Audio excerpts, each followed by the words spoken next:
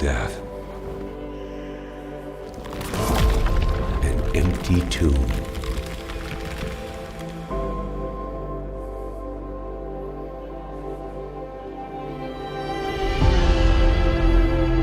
The beautiful empty.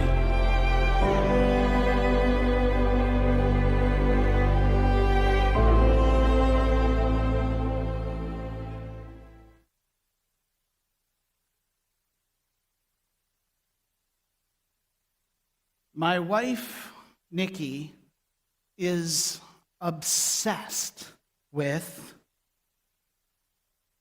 empty jars.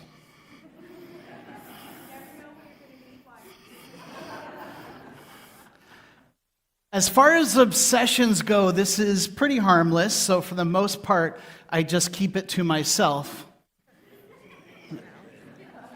Until today, publicly. But I am fascinated and perhaps just a little bit concerned with her obsession. And I guess the obsession began about 13 years ago when I first thought these jars wouldn't stay empty for long. You see, when we got married and we moved in together, she showed up with crates of empty jars. And as those crates were being brought in, I thought, wow, isn't this great that after this courtship I'm still learning new things about her that she loves to preserve, to pickle, to jam, all of these things. It was a wonderful, wonderful moment for me as I just imagined the preserves and the pickles that would go into these jars. It turns out she didn't pickle, she didn't preserve, she just liked empty jars. And it didn't stop with empty jars. She also likes empty bottles. She likes empty containers, from Boston Pizza in particular. And if you look in my garage, you will see that she also adores empty boxes. And I know that because she's never once thrown a single one away. I asked her one day, why do you like empty jars? And she said, I collect them because I find them to be beautiful, and I never know when I'm going to need to fill them. Well, dear friends, it is Easter Sunday 2025, and what a year 2025 has been already, am I right? We've had ongoing war in Gaza and Ukraine. We've had record-breaking snowfalls and flooding. We had an historic ice storm in this area, although you kind of got off a little easy here in Collingwood somehow. I don't know what's going on, but yeah, out where I live in Victoria Harbor, it looked like the apocalypse had come through. AI is taking over the world. We don't even know what it is. Somehow we have found ourselves in the midst of a trade war with our closest ally and neighbor. People are being deported and they're going missing. And in just over a week's time, we face a national election, an election which is guaranteed to divide some of our families. I talk to a lot of people. It's kind of really all I'm good for. Ask my wife. And the people that I talk to, they tell me the same thing over and over again. They might use slightly different language, but it's the same message. I'm worried, I'm confused, and I'm afraid. I spoke to a dear woman of faith this week who said, I have children who are Canadian and they live in the United States.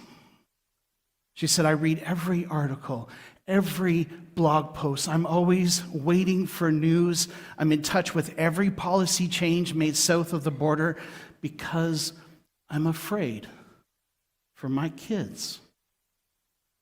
Some of us are worried about our investments as we watch the market sink faster than the Maple Leafs playoff hopes at the end of the first round of playoffs.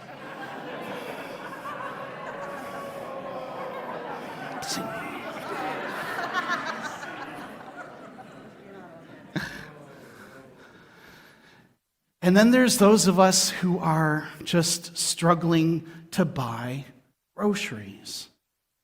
As a people, we are full of worry, full of confusion, full of fear. And at the same time, we are running desperately low on something very important. We're running low on hope. Good.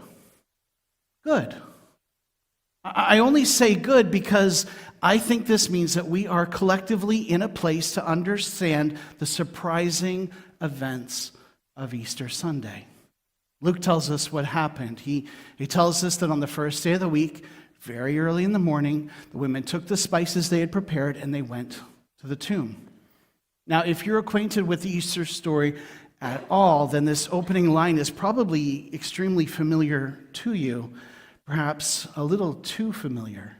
It's sometimes when we're really familiar with something, it kind of loses something. So I want to slow this down here this morning. It begins on the first day of the week. Now, Jesus was crucified on a Friday, and the day was pressing on, so to hasten his demise, you might remember they stabbed him in the side with a spear. When he finally breathed his last, they hastily took him down from the cross and almost dumped him in an empty, borrowed tomb. And then they pushed a large rock in front of the tomb. They set about it a Roman guard to make sure that nobody went in and nobody came out. That was Friday. Now, Saturday came and went, and nothing happened. I'm sure you know that Jewish people are not permitted to work on the last day of the week. So they spent Saturday worrying and praying and listening for any shred of news. Some of you can understand the anguish of Saturday all too well. Waiting for that appointment, waiting for those test results, waiting for a loved one to come home safe. That was Saturday. Hope had all but run out on Saturday.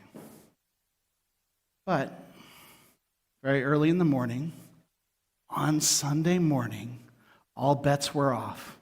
They didn't have to wait any longer. They couldn't sleep anyway. They were too worried, too concerned, too excited to go see Jesus. They got up before the sun. They gathered all the things that they needed for the grim task ahead. And then they set out for that horrible tomb, carrying jars filled with spices that were meant to preserve a body.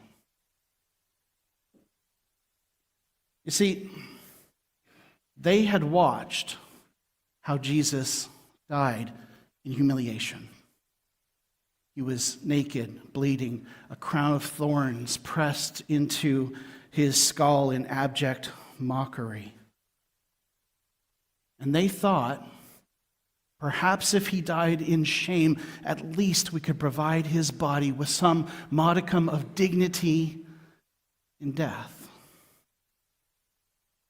And as they walked through the darkness and the sun began to crest the horizon in the east, they wondered in what condition they would find Jesus' body. If the Roman guards would even let them near the tomb, and how in the world would they roll that giant stone away? They were filled with worry and confusion fear. But then something happened. When they got to the tomb, they found the stone rolled away, and when they entered, they did not find the body of the Lord Jesus. Now, it's important for us to understand that while we know the end of the story, they did not. It's like, remember when Luke kissed Leia, and he didn't know that was his sister yet? Mostly because George Lucas hadn't figured that out either. Well, they didn't know the surprise ending. We do. We do. We know what happens. There is a twist ending. But for them, this was not some joyous discovery. This was the worst case scenario. Their greatest fear come true. That terrible tomb was empty. He was gone, and all hope with him. Where could he be? How could they get him back? Luke tells us while they were wondering about this, suddenly 2 men in clothes that gleamed like lightning stood beside them. In their fright, the women bowed down with their faces to the ground, but the men said to them, "Why do you look for the living among the dead?" And then these angelic-like beings uttered 7 words that would forever change their lives in the course of human history. He is not here. He has risen. You see, dear church, my wife is right. There is a certain beauty in an empty container. An empty jar holds possibility. You can fill it with anything. Raspberry jam made from your grandmother's raspberries, your aunt's homemade pickles, 23 packs of M&Ms. Don't ask me how I know. It can contain a screw. At the very bottom, it's just the right length and diameter to fix that dresser that you've needed to fix. There is a certain beauty to an empty container. And the most beautiful of all was that empty tomb containing nothing but neatly folded grave clothes. Because that beautiful empty tomb was filled to overflowing with hope and with endless possibility. For you see, if Jesus could face all the assembled wrath of the religious leaders and the might of Rome and Caesar and the betrayal of his most loyal followers and the pain and the torture of a cross and come back from it, if he could stare down death itself, our greatest enemy, after surrendering himself as a sacrificial lamb, the Lamb of God who John said takes away the sin of the world, and live, if he can do all of that, then with him at our side, what dark times can we not face filled with hope, knowing that in Jesus all things are possible. My father has stage 4 cancer. A few of them actually, stomach, lung, and brain. He's collecting them all. It's a Pokemon situation. You can laugh at that, it's okay. These past 2 years, my mother has been worried and confused and afraid. We have no idea what Dad's feeling because he's from that school where he will not tell you. But I would suspect that for him it's very, very similar situation. About 6 months ago, the house across the way from my parents became empty. The old tenants had moved out, the new tenants had moved in, a new young couple had purchased the home, and she knew nothing about them at all, except that at Christmas there suddenly appeared a glowing cross in the window across the way. She can see it every night from her own living room window.